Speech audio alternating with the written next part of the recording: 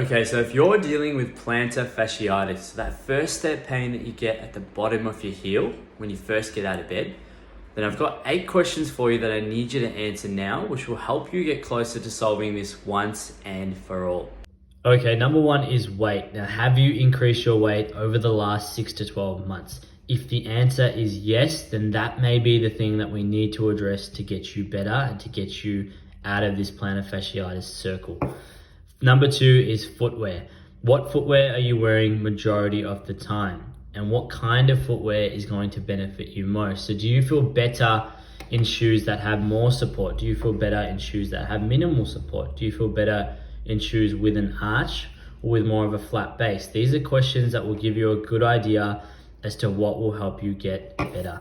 Number 3 is your gait. Now, are you somebody who rolls in too much? Are you somebody who rolls out too much?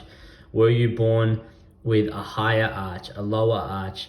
The way that you walk will determine the amount of stress that goes into your plantar fascia, which is the muscle that gets affected when you have plantar fasciitis.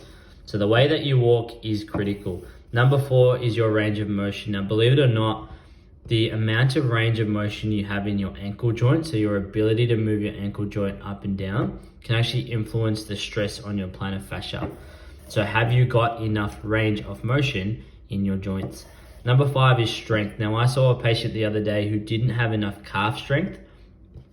Now, we tried to treat that patient with everything, but it turned out the calf strength was the reason that she wasn't getting better. So we treated the calf, she got better, and that was the key. So is the muscles around your plantar fascia, so your calf, the muscles at the front of your ankle, at the front of your leg, all those muscles, are they strong enough? If they're not, then you may not get better.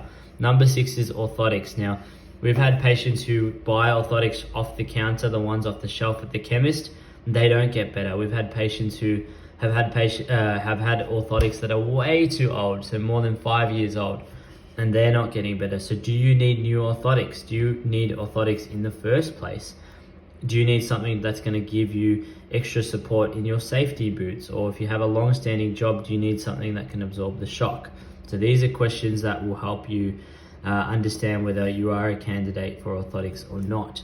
Number 7 is, have you had a history of injury? Now, if you've had a history of injuries and you haven't done much about it, chances are you're not going to get better until we go back and actually fix those history of injuries in the first place. So let's say you rolled an ankle and you've got plantar fasciitis. It's important we address that ankle as well, because if you've got ankle instability, you may be putting more pressure on your plantar fascia to hold your foot in place and so forth. So that's super important that if you haven't addressed that already, we get on top of that. Lucky last is your routine. What I mean by routine is, what sort of trends do you have throughout the day? What are your pain levels like throughout the day?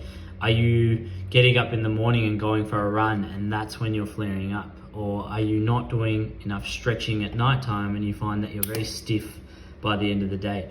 What is your routine every single day that is either making your pain better or worse? So once we know all this information, we can come up with a plan to actually target each of them and then get you out of pain to sort this out once and for all.